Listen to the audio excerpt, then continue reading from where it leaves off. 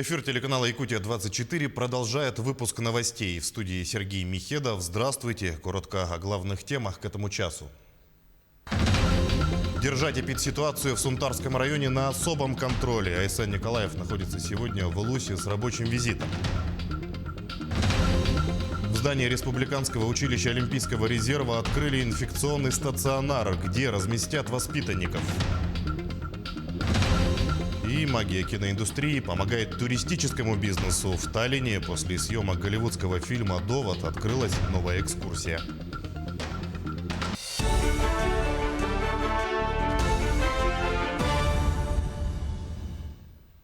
Глава Якутии поручил держать эпидситуацию в Сунтарском районе на особом контроле. Айсан Николаев провел сегодня совещание районного оперштаба по недопущению распространения коронавируса. Глава Сунтарского района Анатолий Григорьев сообщил, что на сегодняшний день в районе коронавирусом болеют 10 человек. 4 лечатся в инфекционной больнице, 6 больных в легкой степени проходят амбулаторное лечение, сказал он. По словам Григорьева, школы в районном центре работают в очно-дистанционной форме. Дети посещают школу через день. Всего за весь период распространения инфекции в Элусе зарегистрировали 90 случаев коронавируса. По итогам совещания Айсан Николаев поручил держать ситуацию на особом контроле, вести мониторинг прибывающих на территорию района. Напряженная, но относительно стабильная можно назвать ситуацию с коронавирусом в Нерюнгринском районе. Несмотря на то, что начался учебный год, открылись образовательные учреждения, работают предприятия, а роста заболеваемости нет. На сегодня по Нерюнгринскому району официально зарегистрировано 209 случаев коронавирусной инфекции.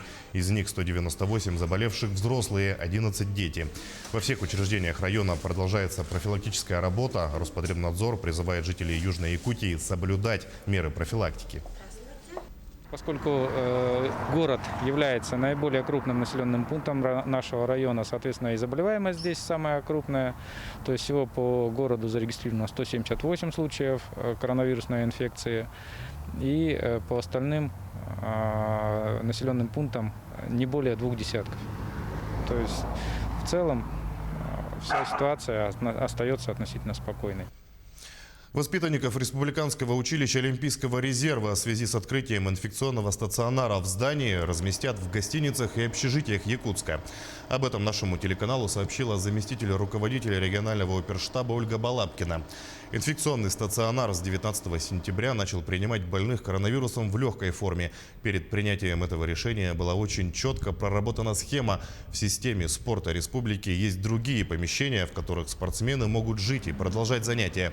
У нас есть соответствующие гостиницы и общежития в спорткомплексе «Триумф». Есть еще ряд других баз. Оперштаб действует в режиме повышенной готовности в соответствии с федеральными законами, отметила Ольга Балабкина. Фонд социального страхования по Якутии выплатил более 25 тысяч пособий по временной нетрудоспособности в связи с карантином. Выплаты получили более 4 тысяч застрахованных граждан в возрасте 65 лет и старше. Также граждане этой возрастной категории, которые сидят на самоизоляции, при этом не работают удаленно и не находятся в отпуске, могут продлить электронные больничные с 19 сентября по 1 октября включительно.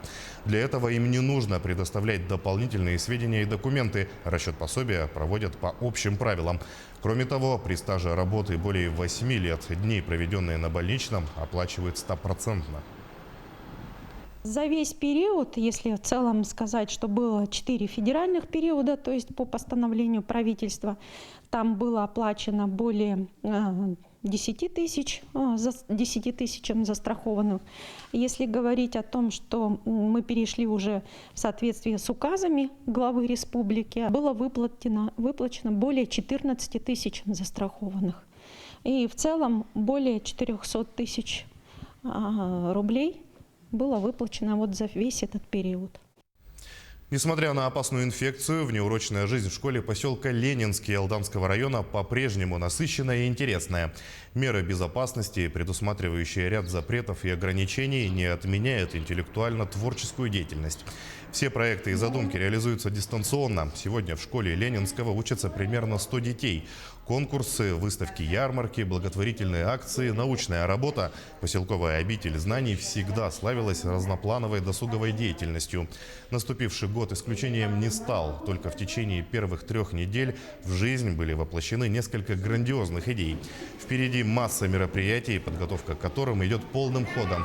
Творческие поиски захватывают всех детей, их родителей и, конечно, педагогов. Ну, например, у нас был проект фотоконкурс ко Всемирному дню красоты. Отправляли фотографии дети и родители, мы все это выставляли, конечно, ставили лайки, было очень интересно. Затем у нас, вот сейчас у нас идет кинонеделя, тоже мы в Инстаграме все это освещаем. Готовимся к празднованию Дню государственности Республики Саха-Якутия. Мы объявили тоже онлайн-конкурс рисунков Якутия сокровищница культуры. И мы сейчас также готовим проект ко Дню туризма, который будет отмечаться 27 сентября. В рамках федерального проекта «Демография» в Якутии стартовала национальная программа профобучения и получения дополнительного профобразования. Это курсы повышения квалификации, где помогают получить новую специальность. Какая целевая аудитория у проекта, узнала Полина Долинская. Новая профессия. Как-то, не знаю, выше себя чувствуешь по статусу, так что люди, учитесь. Анита Чемпосова давно покинула университетские стены, но, получив диплом юриста, поняла, что ее призвание – это работа с детьми. Долгое время она работала помощником воспитателя в детском саду. Позже многодетная мама решила повысить свой профессиональный навык и снова сесть за парту. Я вот любитель с детьми пообщаться, поработать с ними. У меня у самой 4 детей. Маленькой вот годик исполнилось в августе. И вот я вот сидела по уходу и как раз вот на работе этот вопрос подняла. Как вот мне вот переобучиться и за вот, цену узнать, а потом увидела вот это, на работе мне сказали, что есть такой у нас проект. И вот и все, и пошло, поехала. Спустя 2 месяца дистанционного обучения Анита получила профессию по своему призванию. Немалую поддержку ей оказали домочадцы. Все за, ничего такого. Ну, учиться никогда не поздно. Учись, все. Никто не мешал, все помогали. Национальный проект профобучения и получения дополнительного профобразования стартовал в рамках федерального проекта «Демография». Данная программа включает в себя курсы повышения квалификации, переобучения и получения новой специальности. Основная категория граждан проекта – женщины, находящиеся в декретном отпуске по уходу за ребенком до 3 лет, женщины, имеющие детей дошкольного возраста, а также пенсионеры и граждане предпенсионного возраста. Основными целями этих проектов является помочь гражданам обрести новую специальность или повысить свою квалификацию, чтобы быть конкурентоспособными на современном рынке труда. Для этого в текущем году предусмотрено около 4 миллионов рублей средств федерального бюджета. В республике в 2020 году обучение пройдут более 250 граждан, 49 из которых – это люди старшего возраста. Часть из них повышают свою квалификацию по таким специальностям, как логопеды, младший медперсонал, работники системы образования. А некоторые осваивают новые профессии. Старшее поколение, также незанятых женщин, у нас предусмотрена оплата стипендий во время учебы. А для граждан старшего возраста, если они учатся в другой местности, то мы оплачиваем проезд и проживание в период обучения. Срок обучения составляет от 3 до 6 месяцев. Чтобы принять участие в проекте, необходимо подать заявку в Центре занятости по месту жительства. Полина Долинская, Илья Сыромятников, Якутск. Якутия победила в номинации «Прогресс года» 8-го национального чемпионата WorldSkills Russia 2020. Традиционно награждают регионы, сделавшие самый большой рывок по сравнению с результатами прошлого года. В этом году выявлено 2 победителя – Республика Саха и Томская область, выросшие по сравнению с итогами прошлого года на целых 10 позиций. Награды регионам-победителям вручил министр просвещения России Сергей Кравцов. Победителей поздравил и глава Якутии Сэн Николаев. Он отметил, что наши студенты и юниоры на чемпионате WorldSkills Russia завоевали 24 награды, 9 медалей и 15 медальонов. В прошлом году в копилке Якутии было 4 медали и 2 медальона. Самое главное, среди победителей представители разных учебных заведений нескольких районов. Традиционная выставка-ярмарка сельхозпродукции «Продовольствие-2020» в этом году не состоится. Об этом сообщает пресс-служба Минсельхоза региона. В связи с неблагоприятной эпидситуацией и в целях недопущения распространения коронавирусной инфекции проведение мероприятия отменено по решению правительства республики, говорится в сообщении. «Продовольствие-2020» планировали провести 26 и 27 сентября на Комсомольской площади в Якутске. Мероприятие должно было собрать около 100 предприятий. Далее о положительном влиянии «Фабрики грез». После того, как в Таллине прошли съемки голливудского фильма «Довод», некоторые достопримечательности эстонской столицы обрели новую привлекательность для туристов. Более подробно о новой экскурсии в следующем материале.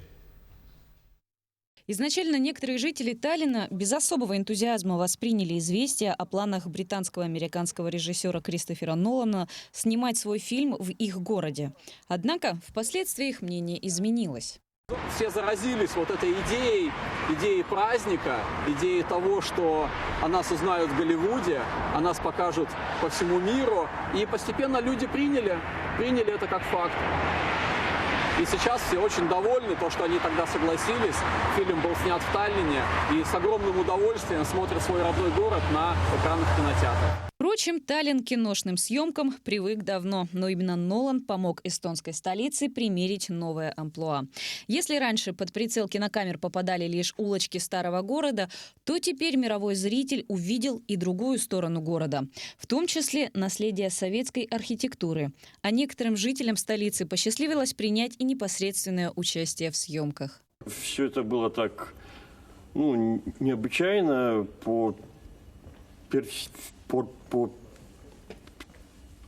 перфекционистски сделано, скажем так. Я был в восторге. То есть тут была какая-то своя особая атмосфера, которую ты в жизни еще где-то навряд ли встретишь.